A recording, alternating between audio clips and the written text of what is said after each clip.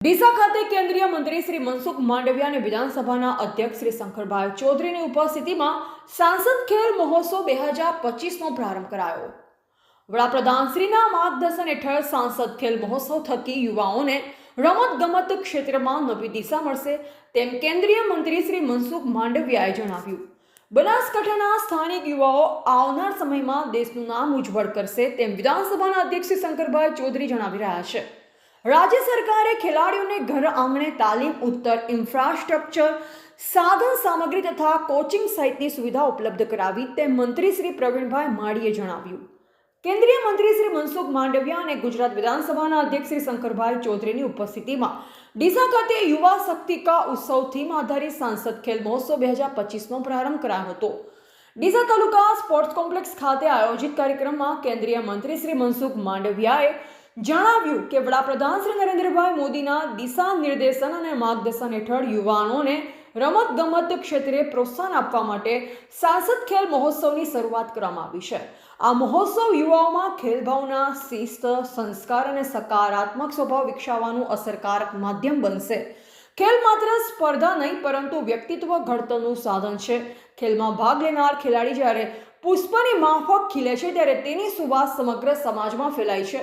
રમતગમત યુવાઓને પ્રગતિનો સ્પષ્ટ માર્ગ આપે છે અને જીવનમાં આત્મવિશ્વાસ તથા નેતૃત્વ ક્ષમતાનો વિકાસ કરે છે। કેન્દ્રીય મંત્રીશ્રીએ જણાવ્યું કે વડાપ્રધાન શ્રી નરેન્દ્રભાઈ મોદીએ યુવાનોને કેન્દ્રમાં રાખી લાલ કિલ્લા પરથી વિકસિત ભારતનું સ્વપ્ન રજૂ કર્યું અને તેને સાકાર કરવા માટે 5 સંકલ્પ આપ્યા છે, જેમાં ગુલામીની માનસિકતા છોડવી, વિરાસતમાંથી પ્રેરણા લેવી તથા વિકસિત ભારતનું નિર્માણ કરવું જેવા મુદ્દાઓનો સમાવેશ થાય છે। દેશના યુવાઓને આવા દ્રઢ નેતૃત્વનું માર્ગદર્શન મળ્યું છે। મંત્રીશ્રીએ જણાવ્યું કે કોવિડ-19 દરમિયાન વિશ્વના અનેક દેશોની તુલનામાં ભારતનો મૃત્યુદર સૌથી ઓછો રહ્યો, જે અસરકારક નેતૃત્વ અને સુશાસનનું ઉત્તમ ઉદાહરણ છે। સાથે ભારત 8.2% વિકાસ દર સાથે ઝડપી પ્રગતિના માર્ગે આગળ વધી રહ્યું છે। છેલ્લા 12 વર્ષમાં નાગરિકોની સુખાકારી માટે કરનો ભાર વધારવાને બદલે ઘટાડવામાં આવ્યો છે, જે ગુડ ગવર્નન્સનું પ્રતીક છે। વડાપ્રધાન શ્રીના માર્ગદર્શન હેઠળ ભારતને રમતગમત ક્ષેત્રે વિશ્વના ટોચના 1 થી 10 દેશોમાં સ્થાન આપવાના હેતુથી સ્પષ્ટ રોડમેપ તૈયાર કરવામાં આવી રહ્યો છે। સાંસદ ખેલ મહોત્સવ દ્વારા છુપાયેલ ટેલેન્ટ બહાર આવશે। આવા પ્રતિભાશાળી ખેલાડીઓને ઓળખી તેમને વૈશ્વિક સ્તરની તાલીમ આપવામાં આવશે અને તેનો સમગ્ર ખર્ચ ભારત સરકાર દ્વારા ઉઠાવવામાં આવશે। આવનાર સમયમાં કોમનવેલ્થ તથા ઓલિમ્પિક્સ જેવી આંતરરાષ્ટ્રીય સ્પર્ધાઓમાં ગુજરાત સહિત સમગ્ર ભારત રમતગમત ક્ષેત્રે વિજય પ્રાપ્ત કરશે તેમ કેન્દ્રીય મંત્રીશ્રીએ વિશ્વાસ વ્યક્ત કર્યો। મંત્રીશ્રીએ તમામ ખેલાડીઓને દેશનું નામ રોશન કરવા માટે શુભકામના પાઠવીને જણાવ્યું કે ભારતના યુવાનો રમતગમત ક્ષેત્રે નવી ઊંચાઈઓ સર કરશે। આ પ્રસંગે ગુજરાત વિધાનસભાના અધ્યક્ષ શ્રી શંકરભાઈ ચૌધરીએ જણાવ્યું કે આજનો દિવસ બનાસકાંઠા માટે ગૌરવવંતો દિવસ છે તથા ખેલાડીઓ માટે અત્યંત પ્રોત્સાહક છે। ડીસાથી શરૂ થયેલ આ રમતગમત અભિયાન બનાસકાંઠાના યુવાઓને પોતાની પ્રતિભા સાબિત કરવાની નવી દિશા આપશે। બનાસકાંઠાના યુવાઓ કદ, કાઠી અને શરીરે મજબૂત બાંધાનો હોવાથી વિવિધ રમતોમાં આગવી ક્ષમતા ધરાવે છે અને આવનારા સમયમાં કોમનવેલ્થ ગેમ્સ તથા ઓલિમ્પિક્સ જેવી આંતરરાષ્ટ્રીય સ્પર્ધાઓમાં તેમનું નોંધપાત્ર યોગદાન રહેશે। તેઓ ગુજરાત તેમજ ભારત દેશનું નામ વિશ્વ સ્તરે ગૌરવપૂર્ણ ઉજાગર કરશે તેવી આશા અધ્યક્ષશ્રીએ વ્યક્ત કરી। અધ્યક્ષશ્રીએ જણાવ્યું કે રાજ્ય સરકાર તથા કેન્દ્ર સરકાર રમતગમત ક્ષેત્રે ઇન્ફ્રાસ્ટ્રક્ચર, તાલીમ અને આધુનિક સુવિધાઓના વિકાસ માટે સતત પ્રયત્નશીલ છે, જેથી યુવાઓને વૈશ્વિક સ્તરે સ્પર્ધા કરવા યોગ્ય મંચ મળી રહે। કોરોના મહામારી દરમિયાન વડાપ્રધાન શ્રીના માર્ગદર્શન હેઠળ કેન્દ્રીય મંત્રી શ્રી મનસુખ માંડવિયાએ દેશ સહિત વિશ્વના અનેક દેશોને વેક્સિન ઉપલબ્ધ કરાવી માનવતાનું ઉત્તમ ઉદાહરણ પૂરું પાડ્યું। તે જ રીતે તેમના માર્ગદર્શન હેઠળ બનાસકાંઠાના યુવાઓ રમતગમત ક્ષેત્રે દરેક પડકારોને પાર કરી પોતાની ક્ષમતાનો પરિચય આપશે તેમ અધ્યક્ષશ્રીએ જણાવ્યું। તેમણે કોમનવેલ્થ તથા ઓલિમ્પિક્સ માટે તૈયારી કરી રહેલ તમામ યુવા ખેલાડીઓને હાર્દિક શુભેચ્છા પાઠવી અને તેમના ઉજ્જવળ ભવિષ્યની કામના કરી। છેવાડાના ગામડાઓમાં રહેલી પ્રતિભા બહાર આવે અને દેશ વિદેશમાં રમતગમત ક્ષેત્રે તક મળે તે માટે વડાપ્રધાન શ્રી નરેન્દ્રભાઈ મોદીએ ખેલ મહાકુંભ અને ખેલ મહોત્સવ જેવી પહેલ શરૂ કરી છે। આ મહોત્સવ યુવાઓને મંચ પૂરું પાડશે તથા શિસ્ત, આત્મવિશ્વાસ અને રાષ્ટ્રીયતાનો સંદેશ આપશે તેવો વિશ્વાસ તેમણે વ્યક્ત કર્યો। આ પ્રસંગે મંત્રી શ્રી પ્રવીણભાઈ માળીએ જણાવ્યું હતું કે રાજ્યના ખેલાડીઓ આંતરરાષ્ટ્રીય સ્તરે દેશનું ગૌરવ વધારી શકે તે માટે રાજ્ય સરકારે ઘર આંગણે આધુનિક રમતગમત સુવિધા ઊભી કરી છે. ખેલાડીઓને ઉચ્ચ સ્તરની તાલીમ, ઉત્તમ ઇન્ફ્રાસ્ટ્રક્ચર, જરૂરી સાધન સામગ્રી તથા કોચિંગ સહિતની સુવિધા ઉપલબ્ધ કરાવી તેમણે વૈશ્વિક સ્પર્ધાઓ માટે સક્ષમ બનાવવાના સતત પ્રયાસો કરવામાં આવી રહ્યા છે, જેથી રાજ્યના વધુને વધુ પ્રતિભાશાળી ખેલાડીઓ આંતરરાષ્ટ્રીય મંચ પર ભારતનું પ્રતિનિધિત્વ કરી શકે. આ પ્રસંગે મંત્રી શ્રી પ્રવીણભાઈ માળી, રાજ્યસભા સાંસદ શ્રી બાબુભાઈ દેસાઈ, ધારાસભ્ય શ્રી કેસાજી ચૌહાણ, શ્રી અનિકેતભાઈ ઠાકર સહિત પૂર્વ સાંસદશ્રીઓ અને ધારાસભ્યશ્રીઓ સહિત બોડી સંખ્યામાં નગરજનો, વિદ્યાર્થીઓને રમતવીરો ઉપસ્થિત રહ્યા હતા. આપણા બધા માટે આજે ગૌરવની ક્ષણ છે કે સંસદ માટેનો ખેલ મહોત્સવ અને એ પણ આપણા જેપી નડ્ડા સાહેબ અહીંયા સંસદ તરીકેની એમને જવાબદારી આપણા બનાસકાંઠાથી લીધી છે અને એ કાર્યક્રમની અંદર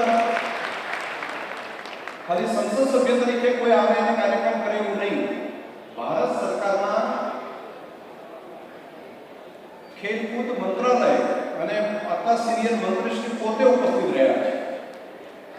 બનાસકાંઠાના યુવાનો માટે, બનાસકાંઠાના ખેલાડીઓ માટે આ એક ઉત્સાહજનક કહેવાય તેવી એક આ ઘટના છે. અને હવે આપણે કોમનવેલ્થ માટે અને ઓલિમ્પિક્સ માટે બનાસકાંઠાએ તેનું યોગદાન આપવું પડે અને બનાસકાંઠાની અંદર સ્ટેજ છે એના ખેલાડીઓ, એની કદકાઠી, એમની સ્પીડ, હવે ટ્રેનિંગનો કન્સેપ્ટ જે ગેપ રહેતી હતી સારા કોચ માટે એ પણ આજે દિશાના આગળથી ખૂબ સરસ શરૂઆત થઈ છે અને રાજ્ય સરકાર અને કેન્દ્ર સરકાર બંને આના માટેનું પૂરતું ઇન્ફ્રાસ્ટ્રક્ચર તૈયાર કરવા માટેની વ્યવસ્થા અમદાવાદ આગળ પણ થઈ રહી છે. અને મને ભરોસો છે માન્ય મંત્રીશ્રી ઉપર એક પડકારને પહોંચી વળવા વાળા નેતા છે. આ એક એવા જેવું છે કે કોવિડના સમયે આખી દુનિયા ઝઝૂમતી હતી અને એ વખતે આરોગ્ય વિભાગ એમની પાસે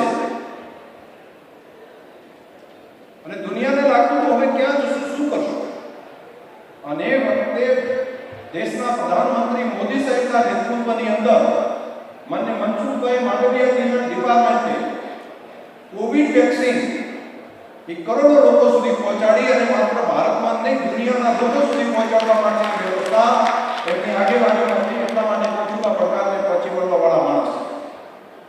તો દેશની અંદર યુવાઓની ટેલેન્ટ છે ને બહાર લાવવું છે.